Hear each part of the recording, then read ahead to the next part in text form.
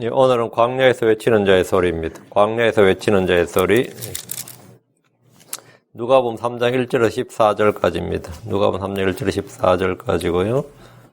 3장 4절 말씀 같이 읽습니다. 누가복음 3장 4절 말씀 같이 읽습니다.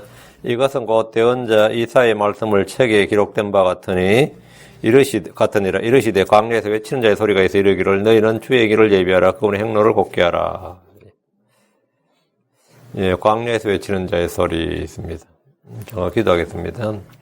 위대하고 거룩한 주 하나님, 아침에 주의 말씀을 허락하여 주시고 복을 주셔서 또 은혜 많이 베풀어 주셔서 주의 말씀이 성령을 통해서 저희 마음 안에 전달되고 또 저희 귀를 열어주시고 저희 마음에 깨달음을 주셔서 하나님의 말씀을 믿음으로 잘 받게 하시고 또 마음에 잘 간직할 수 있도록 도우시고 또 성경에 기록된 역사를 통해서 주의 말씀 그것이 모두 저희 마음에 동일하게 전달되게 하시기를 원합니다. 저희가 말씀을 통해 배움을 얻고 교훈을 얻고 또 경고를 받고 훈계를 받도록 하시고 한번 저희가 이 말씀으로 살아갈 수 있도록 도와주십시오. 감사드리며 주의 성기도합니다. 아멘. 예, 오늘 공부할 말씀은 광야에서 외치는 자의 소리입니다. 광야에서 외치는 자의 소리. 예, 요한은 레위지파에 속한 제사장 집안의 사람이었지만 그는 광야에서 자랐다고 합니다. 누가복음 1장 80절에 아이가 자라며 영이 강하게 되고 이스라엘에서 자신을 나타내는 날까지 30세까지 이 말에 광야에 있더라. 그는 30세가 되었을 때 주의 말씀이 그에게 임했고 그는 광야에서 주의 말씀을 선포했습니다. 요한은 유대 광야에서 침례를 주었고 유대 광야에 살 때 유대 광야에서 들어가면 요르단강이죠. 요르단강에서 침례를 줬고 죄들의 사함을 얻게 하는 회개 침례를 선포했습니다. 백성들은 그에게 나와 죄를 자백하고 물로 침례를 받았습니다. 장소는 유대 광야 그리고 요르단강입니다. 마태복음 3장 6절에 자기 죄들을 자백하며 요르단 속에서 그에게 침례를 받더라. 그 백성들이 자기 죄들을 자백하며 그 죄를 자백하면서 요르단 속에서 그에게 침례를 받더라. 이렇게 되어 있습니다. 침례는 율법에서 명한 정결 의식이 아닙니다. 율법 어디에도 자기 죄를 사면받기 위해서 아니면 죄를 용서받기 위해서 죄를 깨끗하게 하기 위해서 침례를 받아야 된다. 이런 규정은 없어요. 율법에. 구약에서는 그런 게 있을 수가 없습니다. 그들은 희생물 들고 제단으로 와야지 뭐 강으로 가서 아니면 강으로 가서 바다로 가서 물에 잠긴다는 거는 구약이 없는 거예요. 근데 침례 요한이 죄들의 삶을 얻기 위해서 뭐 양을 가지고 아니면 소를 가지고 성전 제단으로 가라 이래야 사실은 율법이지. 갑자기 뭔 침례를 받으러 나오라 그러면 이거는 유대인들 좀 황당한 이야기 실은 그런 건 없다고 몇천 년간 없었던 이야기라고요. 율법이나 시편은 물론이고 어느 대언자도 침례를 받으라거나 침례에 대해서 언급하지 않았습니다. 구약 성경엔 침례란 단어가 나오질 않습니다. 그런데 요한이 광야에서 느닷없이 회개의 침례를 선포한 겁니다. 구약의 성도들은 죄를 지으면 성전으로 가서 제사장 앞에 죄를 자백하고 헌물을 드렸습니다. 제 헌물이든 범법 헌물이든 한데 헌물을 드려야 됩니다. 죄로 인해 붉은 암송아지 죄로 만든 물을 뿌리기도 합니다. 죄를 지었다고 해서 침례를 받는 의식은 율법 어디에도 명시되어 있지 않습니다. 그런데 요한은 회개하라고 선포하면서 회개 물침례를 줬고 이것은 for the remission of sins 죄들의 사면을 위한 것이다. 이래 되세요. 물론 for the remission of sins 할 때 이게 성경에 4번 나오는데 이 구가 for를 이제 because of 이제 for가 이제 in order to가 아니고 because of 죄들의 사면으로 인한 침례 이제 이렇게 주장하는 게 하나 있고요. 그냥 그런 for the remission of sins는 죄가 사면 되지도 않았는데 무슨 사면으로 인해서 침례를 받냐? 위한이 맞지? 이제 이렇게 있는데 이 킹제임스 성경에서는 좀 애매해요 여기에. 근데 이제 주장하는 게 그래요.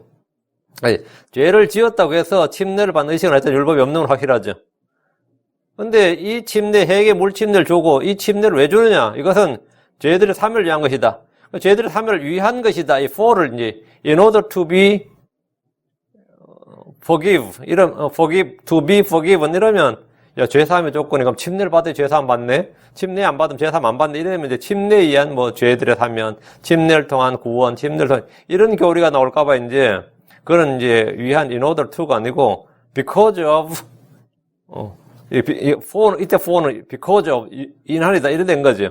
그래서 마가복음 1장 4절에 요한의 광야에서 침례를 주고 죄들의 사면을 얻게 하는 회개 침례를 선포하며 우리말로 이제 죄들의 삶을 얻게 하는 입으로 번역된 게 for the remission of sins, 죄들의 삶을 위한인데 이제 for에 대한 이 세 글자 for라는 단어가 이제 위한이냐 인한이냐 이제 이거예요. 백성들은 자기들의 죄들을 자백하고 침례를 받았습니다. 침례는 구원의 수단이 아니고 죄 사함의 조건이 아니라는 관점에서 죄들의 사면을 위한이라고 번역하지 못했은지 한글 킹제임 성경에서는 죄들의 사면으로 인한 이래 번역을 했고 지금 우리 흠정역에는 그건 좀 이상하다 해서 이제 죄들의 사면을 얻게 하는 이래 번역했는데 죄들의 사면을 얻게 하는 이거 완전 동사죠. 죄들의 사면을 얻게 하는 이렇게 얻게 하는 완전 의역이죠. 이 말은 위한과 별 차이는 없어요. 그래서 교리적 문제를 해결하기 위해서 죄들의 삶을 얻게 하는 것은 침례가 아니라 죄들의 삶을 얻게 하는 회개. 죄들의 삶을 얻게 하는 것은 회개고 침례는 그냥 달린 것처럼 했는데 그건 좀 또 말이 안 되죠. For the remission of sins 이래 돼 있지. 그거 회개의 침례. 회개 침례가 한 구절은 분리가 안 된단 말이죠. 회개와 침례는 동반이 됩니다. 본문에 따르면 죄들의 삶을 얻게 하는 회개, 침례 이래 돼 있어요. 유대인들은 요한에게 나와서 회개만 해야 되는 것도 아니고 물로 침례만 받아야 되는 것도 아니고 회개의 침례, 죄들을 자백하면서 침례 두 개 다 해야 된다고. 그 죄들을 자백하면서 침례를 받아야 됐다는 거죠. 그 회개의 침례는 유대인들을 향한 하나님의 계획이었습니다. 누가복음 7장 30절에 바리새인들과 율법사들은 그에게 침례를 받지 아니하였으므로 자기들을 향한 하나님의 계획을 거절하더라. 본문에 이렇게 되어 있어요. 그 바리새인들과 율법사들은 그에게 침례를 받지 아니하였으므로 바리새인들과 율법사들은 이해는 되죠. 그럼 구약에 율법이 없는 건데 무슨 지금 느닷없이 침례를 주냐? 그 누가 죄들의 사면을 얻게 하기 위해서 침례를 주는 그런 규정이 어딨냐? 성경에. 그건 좀 비성경적이다. 충분히 그렇게 주장할 수가 있어요. 그들 입장에서는. 그러니까 근데 성경은 이것이 침례가 뭐냐면 침례가 자기들 향한 하나님의 계획이었다 이래 있어요. 그러니까 유대인들에게 이 침례는 단순한 그 religious things, 그 religious ritual 이게 아니고 그들 향한 하나님의 계획이었고 이것은 죄 사함과 관련되어 있습니다. 이 크리스천들에게도 침례가 요구됩니다. 마가복음 16장 16절에 믿고 침례를 받는 자는 구원을 받으려니와 믿지 않는 자는 정죄를 받으리라. 믿고 침례를 받는 자는 구원을 받으려니와. 우리 주께서도 제자들에게 침례를 줄 것을 명령하셨습니다. 마태복음 28장 19절에 그러므로 너희는 가서 모든 민족들을 가르치고 아버지 아들과 성령의 이름으로 그들에게 침례를 주라. 침례를 주라. 이게 굉장히 강조가 되어 있어요. 믿고 침례를 받는 자. 그들에게 침례를 주라. 그런데 신약교회의 교리에 따르면 침례와 상관없이 믿는 자는 침례와 관계없이 믿는 자는 누구나 구원을 받습니다. 침례하고 구원은 사실 상관이 없어요. 침례는 중생이나 구원의 필수 조건이 아닙니다. 죄의 사면이나 구원은 믿음으로 충분합니다. 침례는 구원받기 위해서 받는 것이 아니라 구원을 받은 사람들이 받는 겁니다. 구원을 받은 이들이 하나님을 향한 선한 양심의 응답입니다. 성경은 침례가 육체의 더러운 것을 제거하는 것이 아니라고 합니다. 베드로전서 3장 21절에 이것은 육체의 더러운 것을 제거하는 것이 아니요 선한 양심이 하나님을 향하여 응답하는 것이니라. 이것은 침례는 육체의 더러운 것을 제거하는 것이 아니다. 죄를 제거하는 것이 아니다고요. 선한 양심이 하나님을 향하여 응답하는 것이다. 이게 침례의 정확한 정의입니다. 오순절에 베드로는 복음을 선포하면서 유대인들에게 예수 그리스도의 이름으로 침례를 받으라고 했습니다. 예수 믿은 사람들은 예수 믿은 사람들은 다 오늘 예수 그리스도의 이름으로 침례를 받으라는 거예요. 오늘 너희들 예수 믿었으니까 됐어, 오케이, 됐고. 그게 아니라 예수 그리스도의 이름 침례를 받으라 이거예요. 사도행전 2장 38절에 이에 베드로가 그들에게 이르되 회개하고 너희 각 사람이 예수 그리스도의 이름으로 침례를 받아 죄들의 사함을 얻으라. 얘도 우리말로는 죄들의 사함을 얻으라. 이걸 동사로 뒤에 처리해버렸는데 그리하면 너희가 성령님을 선물로 받으리라. 근데 영어 킹제임성이 그렇게 안 되어 있습니다. Repent and be baptized every one of you in the name of Jesus Christ for the remission of sins. For the remission of sins는 부사구예요. adverb라. 이거는 부사구라고. adverb phrase라고요. 제일 마지막 죄들의 사면을 위하여 예수 그리스도의 이름으로 너희 각 사람은 침례를 받으라. 이래 돼 있다고요. 우리말 성경에 for the remission of sins라는 부사구는 죄들의 사면을 얻으라 이렇게 동사로 번역해서는 안 됩니다. 이거는 오역이에요. 그거는 for the remission of sins가 동사가 아닌데 한국말로 그냥 지금 이 흠정력만 그래. 죄들의 사면으로 쟤들의 사면을 얻으라 이렇게 부사구를 동사구로 번역해버린 거죠. 교리를 옹호하기 위해서 본문의 문장 구조를 아주 뜯어 고쳐버린 건데 이건 말이 안 되는 거고요. 죄들의 사면을 위하여 이렇게 그대로 둬야 됩니다. 한글 킹제임 성경은 구문은 그대로 살려줬어요. 죄들의 사면을 인한 이렇게. 이거 마지막에 이제 부사구니까. 그 사도 바울이 구원받았을 때 아나니아가 사도행전 20장 16절에 이제 내가 왜 주저하느냐? 주의 이름을 부르며 일어나 침례를 받고 내 죄들을 씻어버리라 하더라.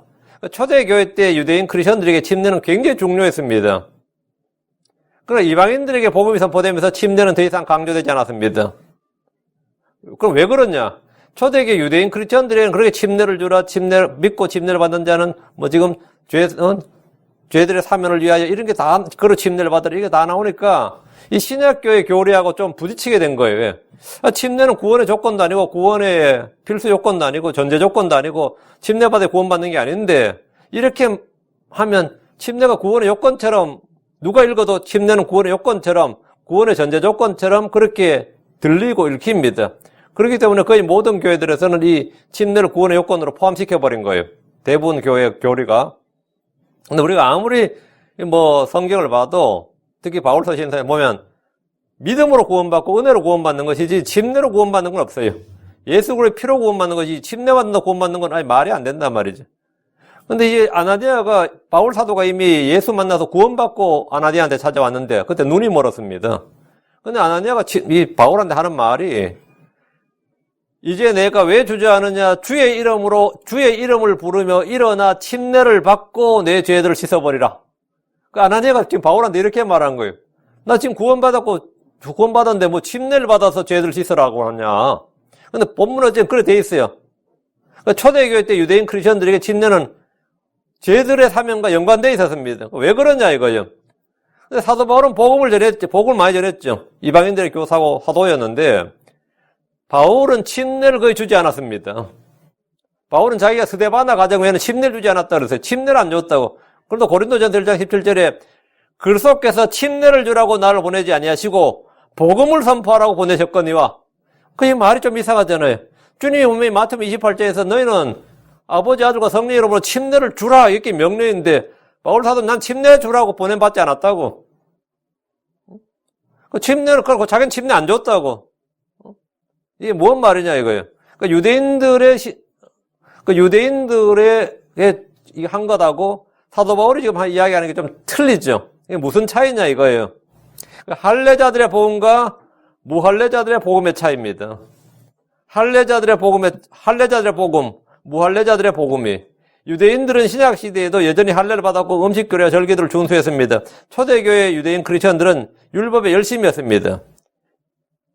초대교회 예루살렘 교회 감독이었던 야고보는 이방인들이 할례를 받고 모세 율법을 지켜야 하는지 이 결론을 내릴 때 이방인들은 그런 것을 지킬 필요가 없다고 이렇게 편지를 썼어요. 그게 결론이었습니다. 그걸 확정했습니다.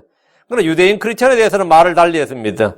야고보가 편지를 쓰면서 뒤에 이방인 크리스천들은 너희가 할례를 받을 필요도 없고 율법을 지킬 필요가 없다. 딱 그 결론을 짓고 나서는 뒤에 사족이 하나 있어요. 그게 뭐냐면 사도행전 15장 21절에 옛적부터 모세에게는 각 도시에서 글을 선포하는 자들이 있어 안식일마다 해당해서 모세의 글을 읽느니라 하더라. 이 말이 뒤에 딱 붙어 있어.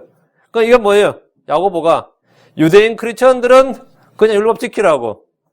유대인 크리스천들은 그냥 할례 받고 절기 지키고 음식기를 지키고 너희들은 그럴 필요 없고 그냥 옛적부터 모세에게는 각 도시에서 글을 선포하는 자들이 있어. 이게 뭐죠? 회당이 있단 말이죠. 유대인들이 회당이 있으니까 그 글을 선포하는 자들이 있어. 율법을 선포하는 회당이 있으니까 안식일마다 크리스천들은 주의 첫날 모였어요. 그런데 그들은 안식일에 모였다고. 그 안식일마다 회당들에서 모세의 글을 읽느니라. 회당에서 모세의 글을 읽죠. 율법 읽고 그 율법 지킨다고. 이 말은 유대인 크리스천들은 옛적부터 지켜온 모세 율법을 그대로 따르라는 거예요. 이방인 크리스천들은 지킬 필요가 없는데 유대인 크리스천들은 따르라 이런 거예요. 그러다 보니까 이게 난감해진 거예요. 왜? 오늘날 크리스천들도 그럼 초대교회의 전통을 따라야 된다. 초대교회라는 게 다 초대교회 크리스천은 다 유대인이에요. 사도들도 100% 유대인이었고 제자들도 100% 유대인이었고, 사도행전 2장에도 100% 유대인이고, 사도행전 5장에도 100% 유대인이단 말이에요. 사도행전 10장에 가서야 비로소 고넬료라는 한 이방인이 나타나는 거예요. 응? 그 사도행전 8장에 이디오피아 내시도 사실 개종한 명절 지키러 온 유대인인 이방인 이디오피아 사람이니까 유대인이죠, 마찬가지로. 응? 개종된 유대인이었고, 그 사도행전 10장에서 최초로 고넬료가 이방인이었고, 그때 12사도는, 물론 이제 가룟 유다 빼고요. 사도는 이방인들이 복음 전할 생각을 못 했습니다. 그 사마리아까지는 복음을 전했는데, 이방인들이 복음 전할 생각 자체를 하지 않았어요. 그러다가 사도 바울을 통해서 사도 바울이 이방인의 교사로 세움을 받은 겁니다. 그 사도 바울이 이방인의 교사가 되고 사도가 돼서 받은 계시가 뭐냐면 이방인들은 할례를 받을 필요가 없고 율법을 지킬 필요가 없다 이거예요. 근데 바울 사도는 사실은 이방인들만 그런 게 아니라 유대인들도 지킬 필요 없다예요.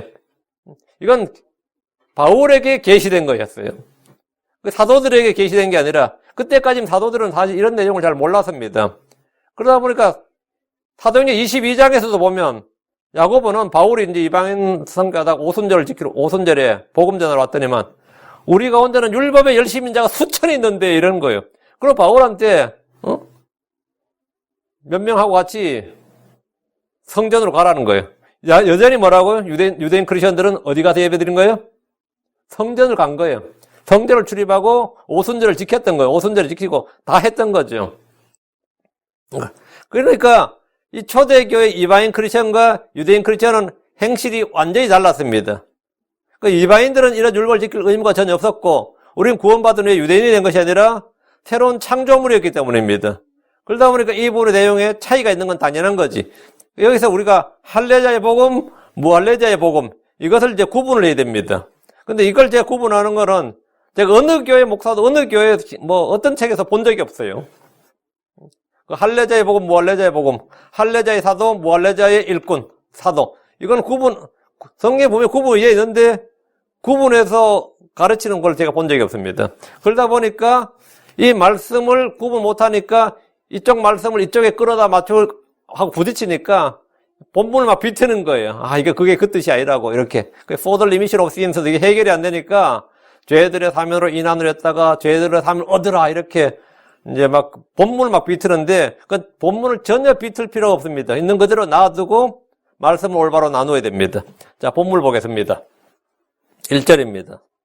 이제 카이사르 티베리우스의 통치 제15년에 본디오 빌라도가 유대의 총독으로 헤롯이 갈릴리의 4분 영주로 그의 동생 빌립이 이두레와 드라고니 지방의 4분 영주로 루사니아가 아빌레네의 4분 영주로.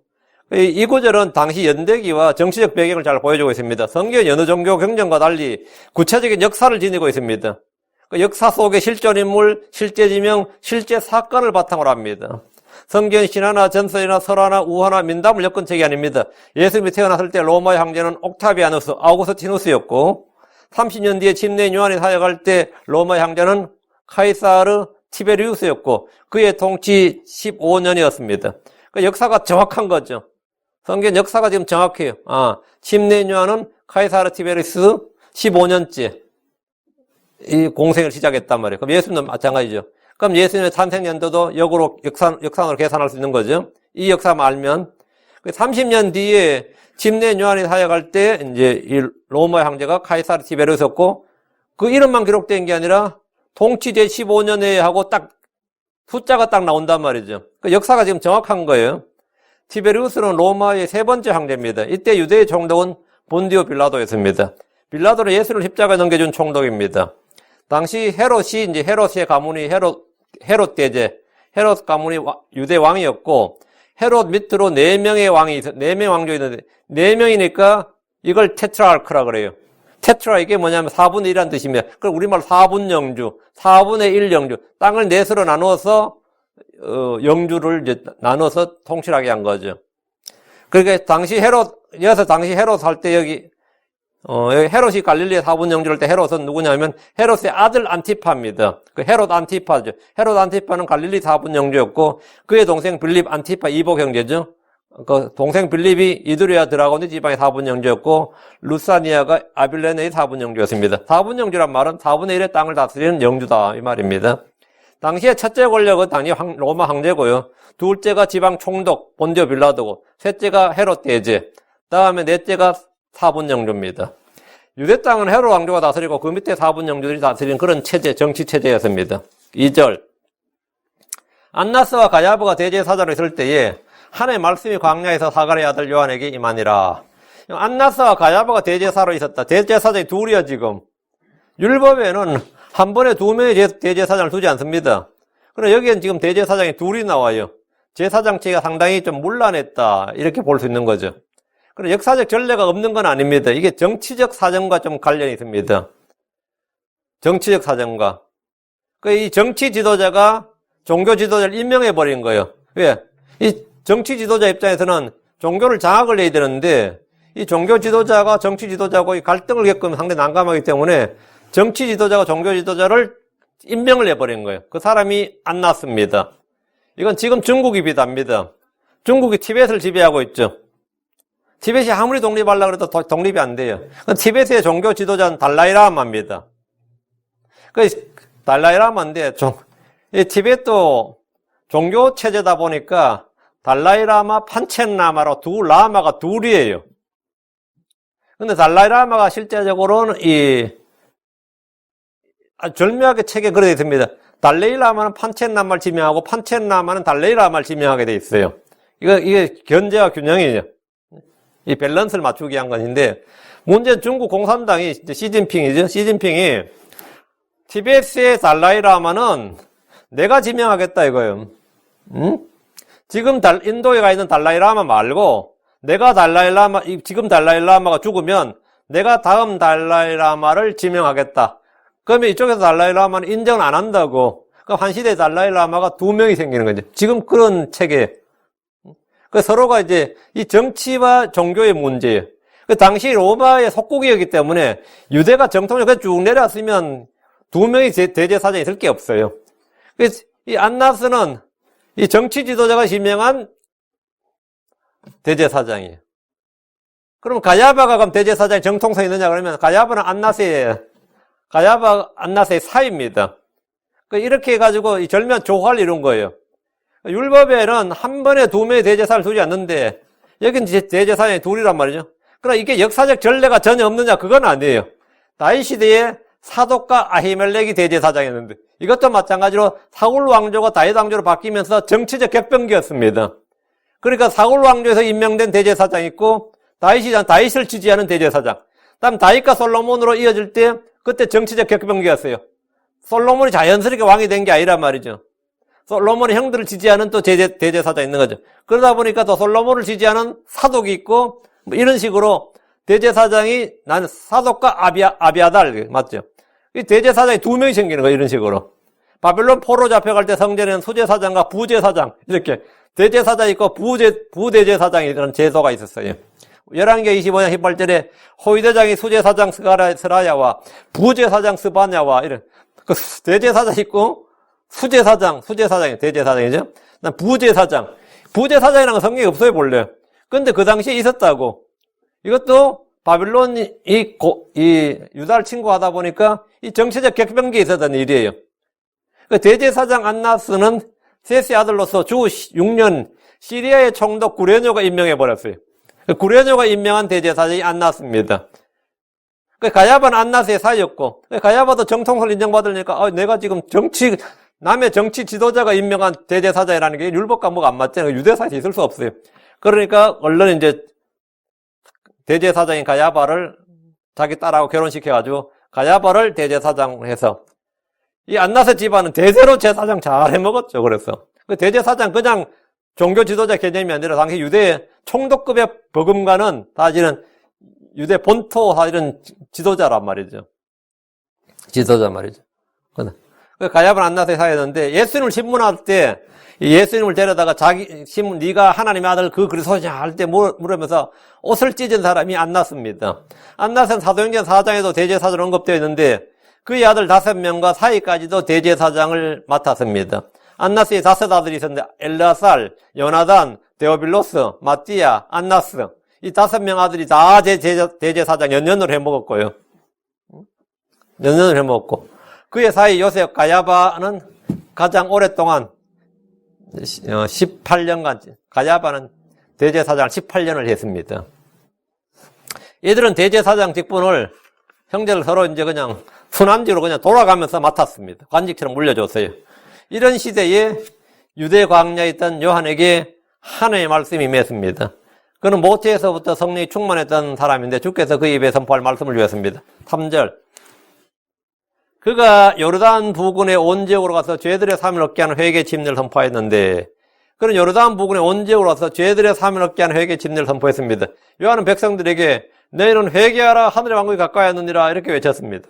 요한은 자기 사상이나 신념을 전한 것이 아니라 자기에게 임한 주의 말씀을 전했습니다. 회개 침례는 율법에 있는 말이 아닙니다. 회개 침례는 새로운 사상이나 교리가 아닙니다. 요한의 침례는 하늘로부터 왔습니다. 우리 주께서 마가복음 11장 3절에 요한의 침례가 하늘로부터 왔느냐 사람들에서 났느냐 이렇게 묻는 장면이 있어요. 요한의 침례가 하늘로부터 왔느냐 사람들에서 났느냐. 율법에 따르면 유대인들은 죄들의 삶을 얻기 위해서 희생물을 들고 제단으로 가야 됩니다. 그런데 요한은 회개의 물침례를 받으라고 합니다. 그런데 백성들이 다 가서 회개의 물침례를 받았어요. 그리고 일부 율법사들이나 사두가인들, 바리새인들 가서 받았습니다, 실제로. 그런데 바리새인들 대부분 거절했지만, 하늘로부터 왔다 그렇게 대답하면 하늘로부터 왔으면 너희가 왜 안 받느냐? 그럼 불순종이 되는 거죠. 사람들로부터 났다 그러면 너희가 막아야 되는데 왜 안 막았느냐? 이래 되는 거예요. 예수님의 질문에 그들 할 말이 없어진 거죠. 응? 요한은 회개의 물침례를 받으라고 했는데 이것은 그들 향한 하나님의 계획이었고, 요한이 회개하라고 한 것은 에스겔서 18장 30절에 따른 겁니다. 에스겔 18장 30절에 주 하나님이 말하노라 오 이스라엘 집아 그러므로 내가 너희를 심판하되 각 사람을 그의 길들대로 심판하리라. 회개하고 너희의 모든 범법에서 돌이키라. 그리하면 불법이 너희를 황폐하게 하지 아니하리라. 회개하고 너희 모든 법에서 돌이키라. 회개하라. 이렇게 회개의 침례를 선포할 때 요한이 선포한 게 이거예요. 회개하고 너희의 모든 범법에서 돌이키라. 그러므로 그리하면 불법이 너희를 황폐하게 하지 아니하리라. 그럼 죄들의 사함을 받는다 이 말이에요. 만약 오늘날 누가 침례인 요한이 선포한 대로 회개의 침례를 받고 베드로가 선포한 대로 침례를 받으면 그러면 내가 죄상을 받는다고 그렇게 믿는다면 그건 오류입니다. 죄를 사하는 것은 침례가 아니라 주 예수님의 피입니다. 우리는 그분의 피를 통해 구속과 죄들의 사면을 받았습니다. 4절입니다. 이것은 곧 예언자 이사야의 말씀들의 책에 기록된 바 같으니라. 이르시되 광야에서 외치는 자의 소리가 있어 이르기를 너희는 주의 길을 예비하라. 그분의 행로를 곱게 하라. 그러니까 요한의 사역은 예언자 이사야의 말씀들의 책에 기록된 것입니다.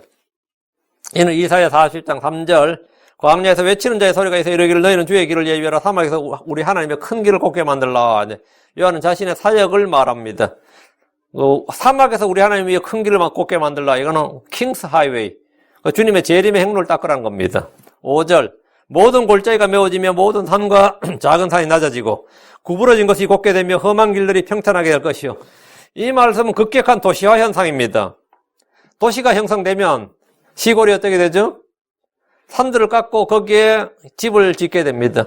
어느 도시가 하나 만들어지면 그 주변 도시는 산들 다 깎이는 겁니다. 예. 지금 제가 있는 저희 고향도 제가 어릴 때 자라났던 고향이 있는데 거기가 이번에 공항이 들었어요. 그 대구 시내에 있던 공항을 그쪽으로 옮겨버렸거든요. 지금 하는 일이 뭔지 아세요? 산 다 깎는 겁니다. 산 다 깎고 길 다 만들고 그 낙동강 지류가 있는데 그것도 다 마찬가지. 그러니까 이거는 그러니까 모든 골짜기가 메워지고 모든 산과 작은 산이 낮아지고 구부러진 것이 곱게 되면 이건 전부 다 뭐냐면 도시화 현상이에요. 실제로 어느 경남 창원에 공단이 만들어지죠. 미국도 마찬가지. 어디에 공단이 만들어진다. 그럼 거기 있는 산들 다 깎이고 골짜기 다 메워지고 길들은 그냥 사방으로 길들이 나는 거예요. 응? 사방에 길들이 나는 거고. 예. 그 골짜기를 메우고 작은 산들도 밀어서 도시를 만든단 말이죠. 구부러진 것들을 밀어서 곱게 길을 만들고 험한 길로 평탄하게 됩니다. 이건 도시가 만들어진다는 말인데 왕의 킹시티, 왕의 도시가 만들어지는 거예요. 그건 예루살렘입니다. 예수님께서 다윗의 왕대에 앉으시고 예루살렘이 온 세계의 수도가 될 때 예루살렘이 어떻게 된가 생각해 보세요. 예루살렘은 완전히 예루살렘 주변의 산들이나 이게 모든 게 전부 다 완전히 달라져 버린 거죠. 응?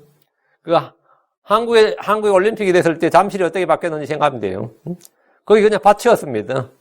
그래서 그거 만들어지면서 여름에 올림픽이 그냥 한국에서 올림픽은 그냥 단순한 올림픽이 아닙니다. 그 올림픽 하나를 하기 위해서 한국 서울 자체를 아예 개조를 해버렸습니다. 그리고 한강 전체를 개조했어요. 한강 전체를. 왜? 외국 손님들 수십만 명이 온다 이거예요. 호텔을 지어야 되죠. 올림픽 선수촌 만들어야지. 경기장 만들어야 되지. 또, 그 미관이 안 좋다 싶으면 또 그 길가에는 그것은 전부 다 밀어가 뒤로 다 빼버리고, 진짜 서울 자체를 완전히 개조를 했어요. 근데 그 당시에 군사 정권에서 그게 가능한 일이었습니다, 그게. 그냥 가능한 일이 아니었어요. 그리고 완전히 서울 자체를 완전히 뜯어 고쳤어요. 응? 그 예루살렘이 천년왕국의 수도가 될 때, 이거 문자대로 이렇게 되는 겁니다. 이런 산업화, 근대화, 도시계획. 근데 요한이 지금 와가지고 이거 예루살렘을 이렇게 만든다는 거 아니죠. 이제 왕이 오시니까 여기 왕의 도시를 만들자. 왕의 도시를 예수님 왕인데, 왕이 오시니까 예루살렘을 완전히, 도시화하고, 산업화 만들고, 근대하고, 이건 아니란 말이지. 근데 이것이 세계의 수도가 되면 사정이 달라집니다. 주께서 하늘의 왕국을 세우시고 예루살렘을 수도로 삼으시면 문자 그대로 그곳의 모든 골짜기가 메워지고 모든 산과 작은 산이 낮아지고 구부러진 것이 곱게 되고 험한 길들이 평탄하게 됩니다. 지금 예루살렘을 가도 사실 예전 예루살렘과는 비교할 수가 없는 거죠. 지금 예루살렘에서 예루살렘이 이스라엘의 완전 수도가 아니거든요. 예루살렘이 지금 세족으로 나누어져 있거든요. 그런데도 예루살렘을 가도 예전과 달리 이런 현상을 많이 볼 수 있습니다. 이 구절을 역사에 적용하면 로마 군대가 예루살렘을 치러 와서 이런 일을 했다고 합니다. 골짜기를 메우고 산들을 깎고, 예루살렘이 워낙 난공불락의 요새였기 때문에 이렇게 하지 않고는 예루살렘 칠 길이 없었던 거예요. 그 예루살렘 성벽을 무너뜨리기 위해서. 그 전쟁을 해서 군대가 길을 닦고 골짜기를 메우고 산들을 낮추었습니다. 요한이 회개 침례를 선포하는 것은 유대 백성들의 마음, 영적 황폐함에 대한 영적 적용만 가능합니다. 이건 재림 때 있을 일이에요. 6절. 모든 육체가 하나님의 구원을 보리라. 이것도 재림에 관련된 구절입니다. 시몬은 성전에 온 생후 40일이 된 예수님을 안고 내 눈이 주의 구원을 보았사온데 이렇게 말했습니다. 이제 6개월 후면 유대인들이 하나님의 구원을 볼 겁니다. 구원자 예수님께서 이 땅에 육체를 입고 사람으로 오셨기 때문입니다. 그들 가운데 계신단 말이에요. 그리고 주의 지상 재림 때는 모든 육체가 하나님의 구원을 봅니다. 여기서 구원을 본다는 말은 구원자 예수를 본다는 말입니다. 우린 예수를 보지 못하였으나 사랑하고 믿습니다. 보지 않고도 믿는 자들이 보겠습니다. 7절. 그때 그가 자기에게 침례를 받으러 나오는 무리에게 이르되 오 독사들의 세대야 누가 너에게 경고에 다가오는 진노를 피하게 하더냐. 야, 침례 요한 말이 보통이 아니죠. 오 독사들의 세대야. 대언자 요한은 자기에게 침례를 받으러 나온 무리들을 환영하고 기뻐하면서 복음을 전하는 것이 아닙니다. 독사들의 세대야. 자기를 해방하고 대적하고 핍박하는 사람들한테 이렇게 말했다면 이해가 되는데 지금 침례받으러 오는 사람한테 이러면 어떻게 침례받으러 오는 사람한테 이것은 오늘날 목회자들이 강단에서 감히 상상도 할 수 없는 말할 수 없는 엄청난 말입니다. 대언자들이나 사도들이 선포한 거친 말투는 그들이 아주 쌍무식했거나 교양과 상식이 결핍된 사람들이라서 그런 것이 아닙니다. 이것은 우리 주님께서도 쓰신 말씀입니다. 마태복음 12장 34절에 오 독사들의 세대야 너희가 악하니 어찌 선한 것들을 말할 수 있겠느냐 이분 마음에 가득한 것들을 말하느니라. 마태복음 23장 33절에도 뱀들아 독사들의 세대야 어찌 너희가 지옥의 정죄를 피하겠느냐. 그러니까 뱀들아 독사들의 세대야 음란하고 패역한 세대야 저 여우에게 가서 말하라. 우리 주님께서 사람을 말하는데 어떻게 이렇게 말할 수가 있고. 근데 구약의 대언자들이나 지금 침례 요한이나 우리 사도들 다 이랬습니다. 오늘날 목사들이 이런 말투로 설교를 한다면 아마 대부분의 사람들이 실족하거나 뒤집어질 겁니다. 요한이 이런 말을 한 것은 사람들 무시했거나 오만해서가 아닙니다. 제가 설교할 때 말 좀 어떻게 한다고 실족한 사람 되게 많아요. 응? 그리고 그거 가지고 그것도 정중하게 메일 보내고 한 사람들 되게 많아요. 요즘은 이제 제가 전혀 안 먹힌다 하니까 지금은 그런 편지 거의 없어요. 제가 그 해명하느라고 우리 홈페이지에 거친 말투를 사용하는 온유한 목사 이런 것도 썼어요. 거친 말투를 사용하는 온유한 사람들 이런 글도 썼어요. 이거 도무지 요즘 완전 교회 강단에 목사들 설교 들어보면 목소리가 중성화되어 있어요. 안 그렇습니까 여러분? 주님 이게 내시 목소리를 하고 있어 목사가. 오늘 주의 거룩한 첫날에 여러분 모두 저와 함께 은혜를 나누시겠습니다. 아니, 이거 뭐 하는 소리야, 지금? 강대 막 나긋나긋한 목소리로 여러분, 다 같이 인사 나누십시다. 주의 은혜가 임하기를. 이거 완전히, 이거는 성경의 톤이 아닙니다. 예수님의 사도리나 대언자들이나 그런 톤의 말을 한 적이 없어요. 그런 톤의 말을 한 적이 없고, 그런 사람들, 독사들의 세대야, 이랬겠어요? 응? 이게 지금, 한국 목사들 보면 지금, 완전 개판인 거죠. 개판인 거예요.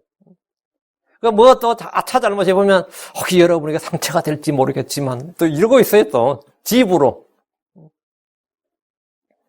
마태복음에 따르면, 이 독사들의 세대야 하고 주님 말한 사람이 이제 바리새인들과 사두개인들이었습니다.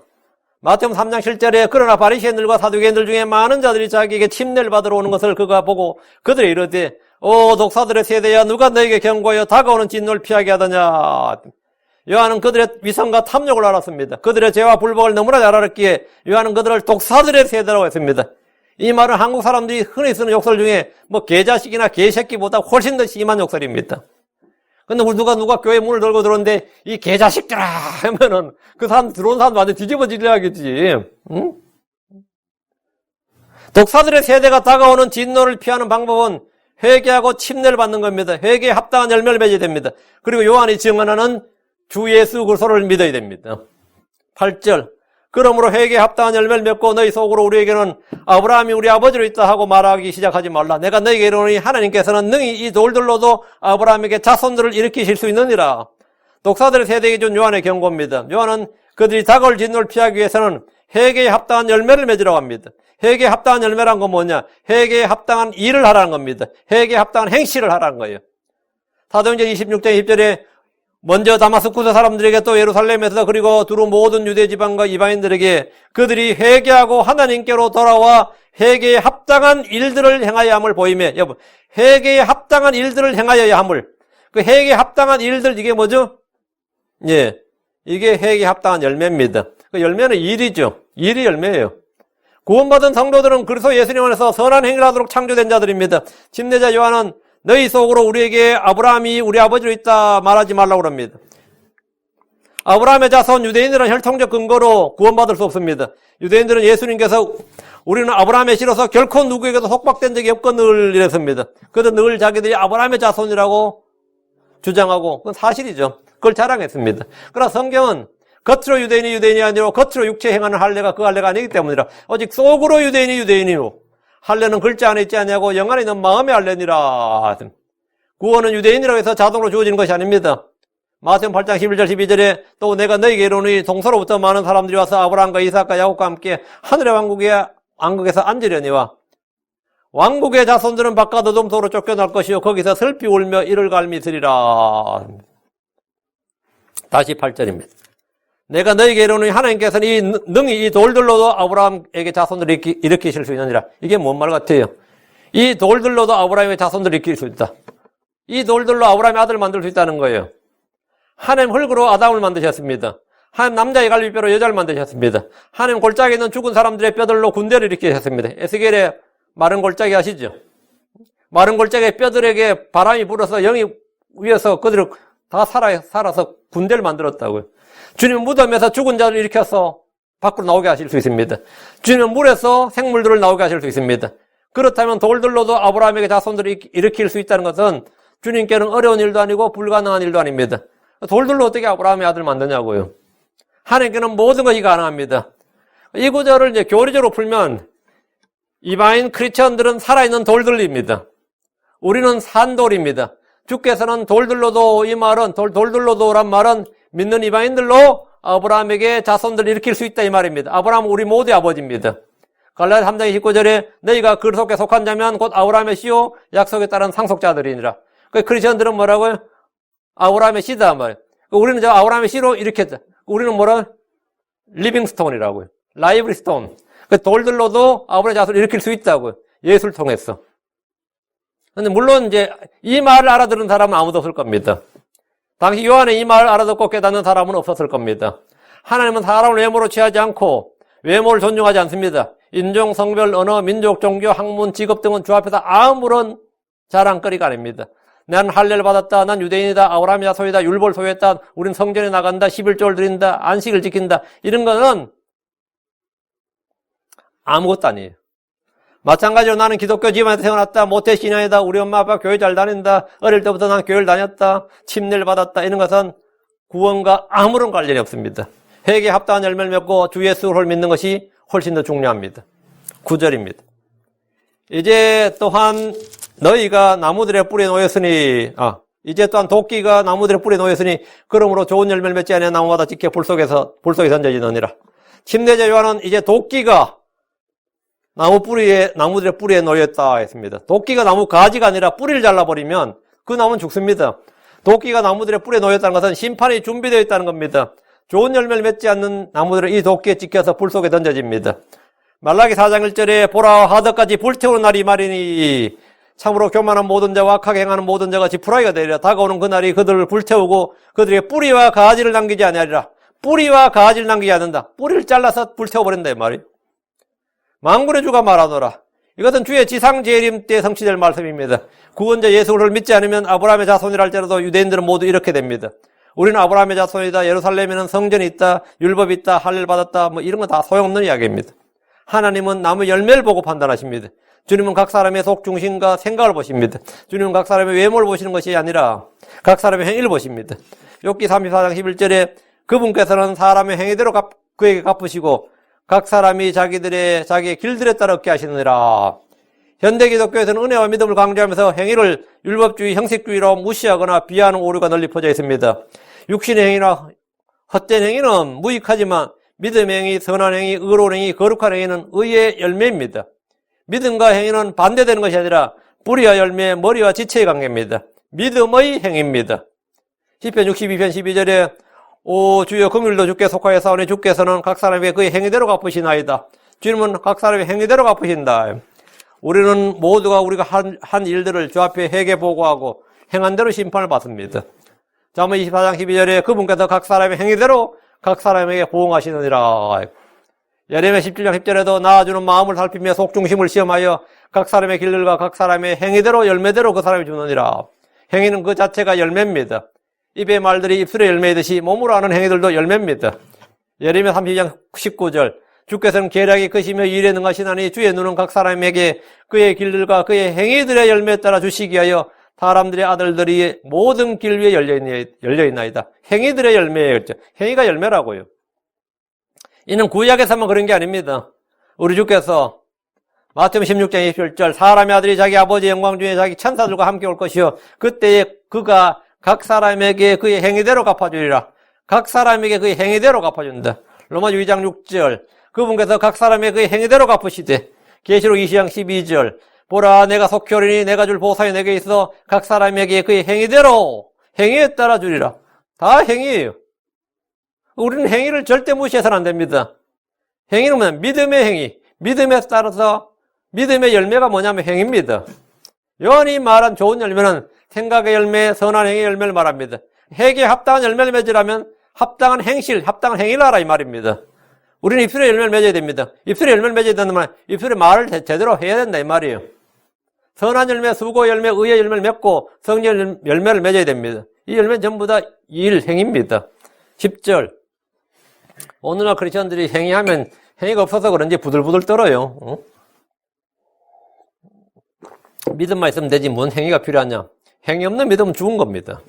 그거는 말이 안 되는 거예요. 10절입니다. 사람들이 그에게 물어 이르되 그러면 우리는 무엇을 하리까 하며 요한이 선포한 말씀을 들은 사람들은 회개에 합당한 열매를 맺으라 그러니까 회개에 합당한 열매가 뭐예요? 열매가 행실이라고 선한 행실이라고요. 그럼 구체적으로 우리는 어떻게 행위를 해야 되느냐 물은 거예요. 우리는 무엇을 하리까? 정확한 거죠. 그 회개에 합당한 행실이 무엇이냐 이 말이에요. 그러면 우리는 무엇을 하리까? 그 회개에 합당한 행실을 위해서 회개에 합당한 열매를 맺기 위해서 우리는 뭘 해야 되느냐 이 말입니다. 첫째, 죄들을 자백해야 됩니다. 둘째, 회개해야 됩니다. 셋째, 침례를 받아야 됩니다. 넷째, 요한의 증언을 믿어야 됩니다. 이 네 가지를 해야 됩니다. 회개에 합당한 행실을 위해서는. 누가 우리에게 구원받으면 무엇을 해야 되느냐 물으면 우리는 그냥 주 예수를 믿으라 이렇게 말합니다. 복음을 전해주고 복음의 말씀을 믿으라고 합니다. 그러나 지금 요한에 온 사람들은 회개에 합당한 열매를 맺으라고 하는데 회개에 합당한 열매를 맺고 닭을 진노를 피하기 위해서 우리가 해야 할 일이 무엇이냐는 겁니다. 그들은 구체적인 가르침을 원했습니다. 추상적인 것 말고 좀 구체적으로 11절 그가 그들에게 대답하여 이르되 걷어 두 벌 있는 자는 하나도 없는 자에게 나누어 줄 것이요 먹을 것이 없는 자도 그렇게 할 것이니라. 회개에 합당한 열매 구체적인 행실이 뭐냐 이거예요. 지금 이거라는 거예요. 이게 뭐냐? 구제죠. 나눔입니다. 이건 신약교회 구원을 위한 신약교회 교리와는 전혀 다른 이야기예요. 이건 회개에 합당한 열매를 맺게 한 것이지 구원받게 한 게 아닙니다. 요한은 먼저 선을 향하고 나누어 주라고 합니다. 겉옷이 두 벌 있는 자는 하나도 없는 자에게 나누어 주라는 거예요. 이것은 성경이 말한 선을 향하는 것 의의 씨앗을 뿌린 겁니다. 먹을 것이 없는 자도 먹을 것이 있는 자도 없는 자에게 그렇게 하라는 겁니다. 옷을 나누고 음식을 나누어 준 일이 그게 교회가 할 일이냐?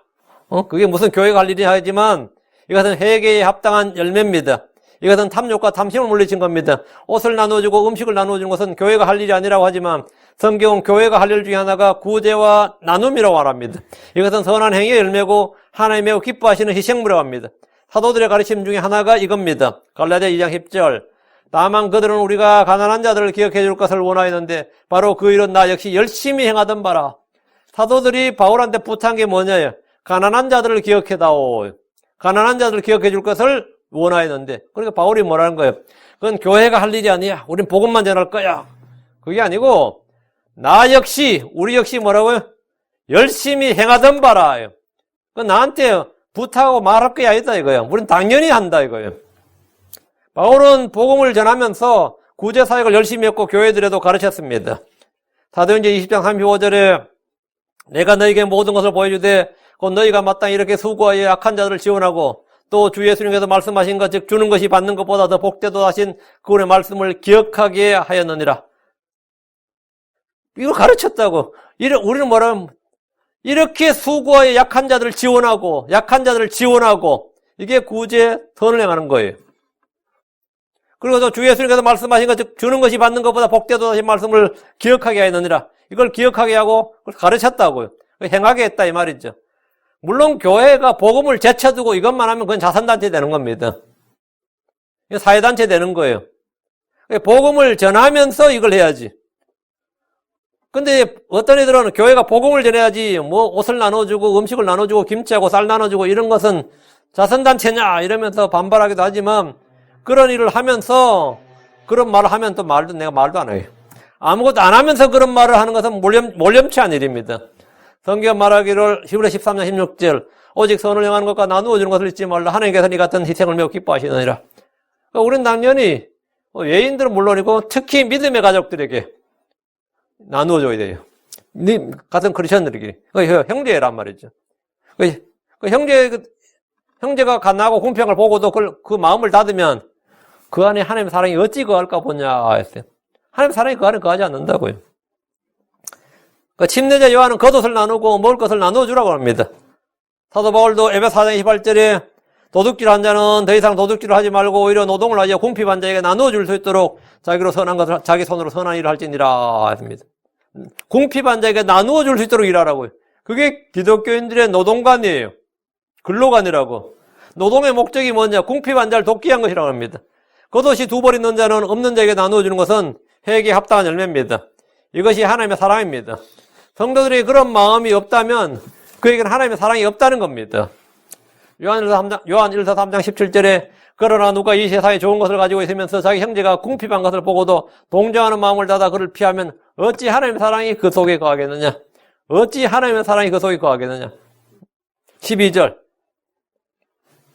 그때 세리들도 침례를 받으려고 와서 그에게 이르되 선생님이여 우리 무엇을 하리까 하며 침례를 받으러 온 세리들도 요한에게 물었습니다. 세리들은 창녀들과 더불어 죄인들의 대명사처럼 인식되는데 국가를 위해 세금을 거두는 것이 죄는 아닙니다. 그건 당연히 해야 될 일이에요. 그런데 유대의 세리들은 왜 이렇게 죄인 취급한 거예요? 세무공무원도 공무원이라고. 유대의 세리들은 과중한 세금을 부과하고 적은 액수를 보고해서 차액을 남겨서 먹었습니다. 이들은 로마의 세금 청부사로 고용되었고 효율적인 세금 징수를 위해서 이들의 이런 부정과 불법과 부패는 로마 당국에서 용인해 줬습니다. 덕분에 유대인들에게 이들은 매국노 변절자 배신자 취급을 받았습니다. 동족의 피를 빨아먹는 사람, 거머리 취급받았어요. 세리들 중에 유명한 사람이 이제 삭개와 세리 마태죠. 이들도 자신들이 죄인이라는 사실을 알았습니다. 그들은 멸시를 받았습니다. 그러나 이들은 요한에게서 와서 죄를 자백하고 물로 침례를 받았습니다. 그들은 회개에 합당한 열매를 맺기 위해서 무엇을 해야 할지 물었습니다.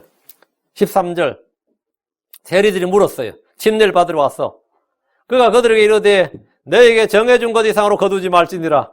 이 말은 세리한테 굶어 죽으란 말입니다. 세리 때려치워야 돼요. 정해준 것 이상으로 거두지 않으면 유대 세리들은 못 살아요. 요한은 세리들에게 너에게 정해준 것 이상으로 거두지 말라고 했습니다. 부정과 불법과 불의를 행하지 말라는 거예요. 로마에서는 세리들에게 징수해야 될 액수를 미리 정해줬고 그들은 징수된 것 이상으로 거두어서 징수된 것만 주고 자기들 그 차액으로 먹고 살았다고요. 그런데 정해준 것 이상으로 거두지 말라는 것은 굶어 죽으라는 말이나 다름없습니다. 징수된 것만 거두면 그 돈을 로마 당국에 모두 납부해야 되고 그들은 단지 로마 당국에서 주는 급여만 받고 살아야 되는데 그럼 세리를 할 의미가 전혀 없습니다. 요즘은 그렇지 않겠지만 예전에 저희 한국의 공무원들은 급여는 저축하고 뇌물과 선물로 생활비를 했다. 그래도 남는다 그랬어요. 교통경찰 3년 하면 다 집 산다 그랬습니다. 교통경찰 3년 하면. 정경의경도 가끔 교통경찰 하거든요. 근데 집에 자기 엄마한테 편지를 쓰는데 제가 제대할 때쯤은 큰 돈 벌어 가겠습니다. 어머님 그렇게 편지를 썼어요. 어머님 제가 제대할 때쯤 큰 돈 벌어 가겠습니다. 그 한 명 잡으면 애들이 티켓 뛰기 싫어가지고 돈을 주는 거예요. 그럼 돈을 받아버리는 거예요. 그럼 저녁에 내고반에 오면 검사했어요. 이 소주머니 속에 이 신발 속에도 막 양말 속에도 돈이 있고 막 이랬단 말이죠. 어느 교통경찰 사고 나가지고 경찰에 갔는데 신발 벗기려니까 막 못 벗게 하는 거예요. 신발이 장화가 좀 길거든요. 무릎까지 오는. 그 속이 돈 창고였어요. 피가 막 나는데 지금 발에서 피가 막 나는데 의사 간호사가 막 신발 벗기려고 그러니까 막 신발 벗기지 말라고. 그 속에 돈이 가득 찼었어요. 응? 그 하루 근무하면 그 신발 속에 돈을 가득 넣었다고. 물론 지금은 안 그렇겠지만. 응? 그걸 생각하는데 심지어 가장 뇌물이 없을 것 같은 것이 뭐예요? 학교 교사들이죠. 근데 학교 교사들조차도 급여는 그대로 저축하고 촌지로 먹고 사는 애들이 수두룩했습니다. 진짜로. 촌지로 먹고 산다 그랬어요. 월급은 그대로 저축하고. 뭐 경찰 공무원들은 말할 필요도 없고 뇌물과 상관없이 보이는 소방공무원들도 소방공무원들이 뇌물 받을 일이 뭐가 있어요? 응? 그런데 이게 장난이 아닙니다. 건물마다 가서 소방점검을 나오네. 소방점검하면 다 걸려요. 소방점검하면 다 걸려. 그래, 파이어 스테이션에서 나와가지고, 이 건물에 여기 40하고 적어 놓으면, 요 건물 안에 40명만 딱 앉을 수 있는 거예요. 10명하고 적어버리면 10명밖에 못 앉아요. 그리고 여기 뭐가 설치가 안 돼 있네, 여기 뭐가 없네, 다 체크하고 폐쇄시켜버리면 영업정지, 고칠 때까지 영업정지 해버리면 식당 같은 데 일 못해요. 그럼 다 몰라는 거예요. 아, 그것도 돈이 되는 거예요. 응? 제 사촌 조카 중에 하나가 이걸 하는데 꽤 돈이 되나 보더라고요. 근데 그 사람이 나한테 하는 말이, 아, 나 경찰로 옮기고 싶어. 그래. 경찰이 돈이 더 된다 이거야. 그래서 아, 이거 황당한데 싶더라고요. 경찰이 돈이, 물론 요즘은 안 그렇겠죠. 근데 구청 공무원 어떨 것 같아요? 공무원만 되면 하여튼 뒷돈이 들어온다는 것은 왜 그러냐면 그들이 각종 규제권과 허가권과 영업권을 가지고 있었고 시민들의 불법에 대해서 고소, 고발하거나 행정권을 발동할 수 있었기 때문입니다. 그렇기 때문에 이게 힘이 있는 거예요. 그냥 한국 사람들 관료사회라 그러죠. 관료가 뭐죠? 공무원이란 말입니다. 로마에 고용된 유대의 세리들은 사실 이런 이득을 위해서 세리가 된 사람들이에요. 이거 하려고 공무원 되던데, 이거 하려고 세무공무원 되고, 이거 하려고 내가 진짜 군인이 되고 말이에요. 그랬단 말이죠. 그러니까 시스템적으로 부정과 부패에 연루된 직업이라면 크리스천들은 그런 일자리를 그만두는 것이 회개에 합당한 열매입니다. 내가 이거 그만두면 어떡하냐.